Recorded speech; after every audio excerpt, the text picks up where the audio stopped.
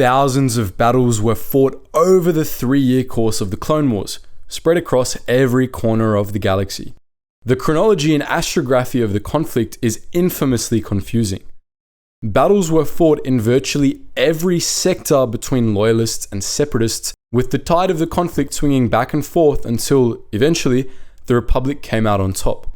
In this mess of a conflict, it can be difficult to decide which battle was the most important, the linchpin of the war. But that's exactly what we've done.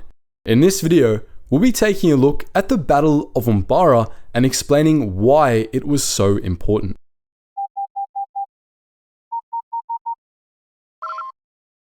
Attention, Sergeant on deck!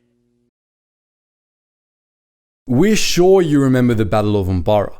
We often talk about the trials of the clone legions that fought there, the righteous cause of the Umbaran separatists, and the overall course of the grueling jungle battle. Thousands of clones and Umbaran soldiers were killed, and both sides were fully committed to the fight.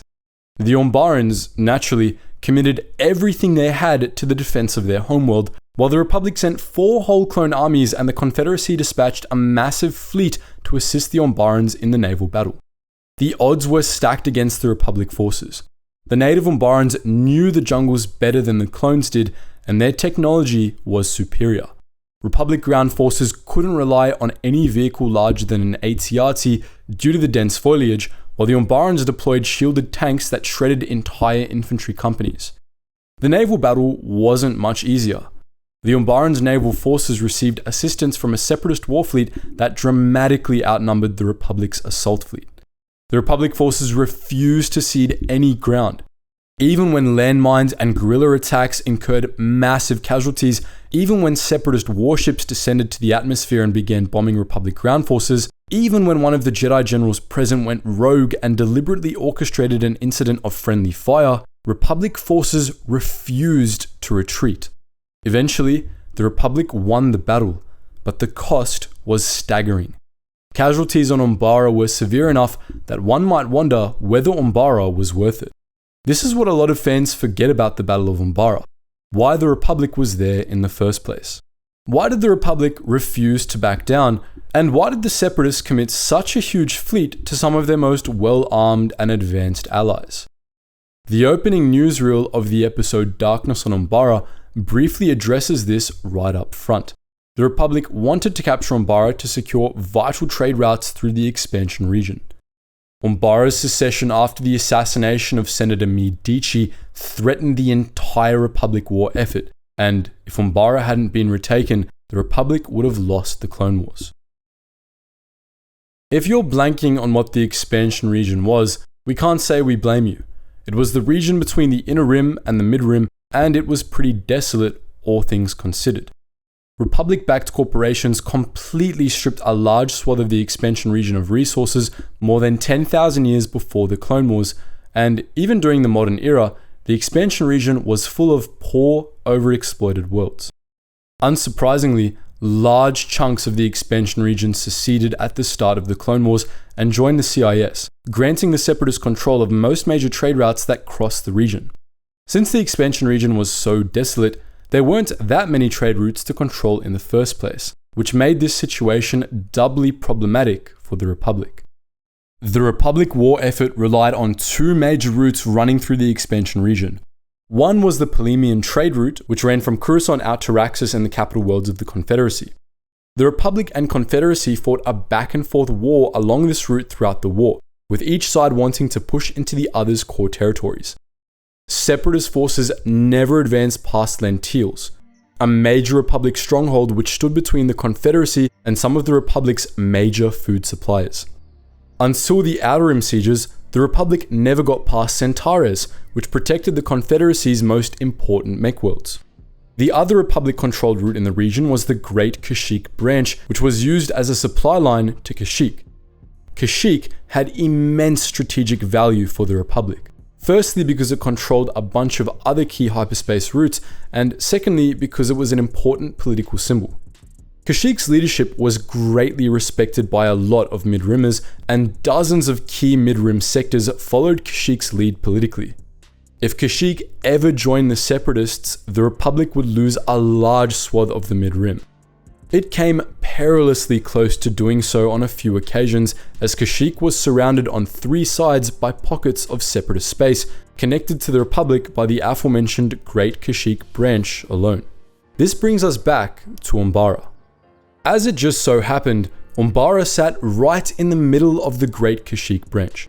By seceding, the Umbarans severed Kashyyyk from the Republic. That was why the Republic fought so hard on Umbara. If they failed to retake the planet, Kashyyyk would be surrounded on all sides, and the Republic would have no easy way to get troops or supplies there. If that happened, the Confederacy likely would have applied tremendous political and economic pressure on Kashyyyk, cutting it off from trade with its neighbors unless it switched sides. Under those pressures, the Wookiees likely would have put their own concerns above the Republic's and seceded. A large swath of the Mid-Rim would have followed suit.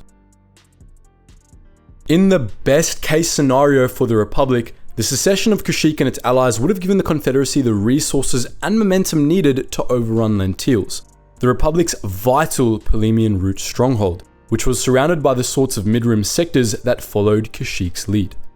In the worst case, the Republic would also have lost Mid-Rim sectors around Ord Mantell, potentially costing a valuable stronghold on another front. Either way, Kashyyyk's fall would have heralded a massive separatist offensive. Most of the systems that the separatists would have taken were industrial bastions like Lentils or Roach, on which the Republic relied. It was the Republic's superior industrial might, after all, that allowed it to prosecute the Outer Rim sieges in the first place. The fall of Kashyyyk would have greatly weakened the Republic's industrial base, however, which would have left the Republic extremely vulnerable to future offensives. With control of Umbara, Kashyyyk, and Lentils, the Confederacy could have advanced along the Polemian as far as the Inner Rim, where the Republic would have had to devote a ton of resources to prevent Tanab and other valuable agricultural worlds from being overrun. That would have been just the beginning too. As many of you likely know, a few months after the Battle of Umbara, General Grievous began Operation Dirge's Lance, an offensive along a different major trade route. In 20 BBY, Operation Dirge's Lance brought separatist fleets to the core worlds themselves, ravaging Duro, Humbarine, and over 24 other important Republic worlds. In the timeline we know, the Republic staved off this offensive, but if Umbara had fallen, the Republic would have had a much harder time. In our alternate timeline, Operation Dirge's Lance might well have taken place on 2 different fronts, with General Grievous leading an offensive into the core from Duro and other separatist forces advancing through the Inner Rim down to the Polemian. The Republic wouldn't have been able to handle this combined offensive. As the Confederacy advanced into the Inner Rim, more key industrial worlds would have fallen, further weakening the Republic. Sooner or later, it would have meant a Confederate victory. Though few of the soldiers who fought there knew it, the Battle of Umbara was the linchpin of the Clone Wars. If the Republic had lost at Umbara, it would have kickstarted a snowball effect that would have changed the course of galactic history. But the Republic didn't lose at Umbara, and because of that, it won a chance to keep fighting. The Battle of Umbara stemmed the separatist tide long enough for the Republic to take full advantage of its industrial might, ultimately allowing the Republic to push back the separatist major offensive and begin the Outer Rim sieges. As far as the Star Wars universe is concerned, Umbara was probably one of the biggest examples of the butterfly effect out there. But what do you think? Do you think any other Clone Wars battle had an even bigger impact? Free to post your thoughts in the comments section below. And as always guys, thank you so much for watching, and I hope to see you in the next video.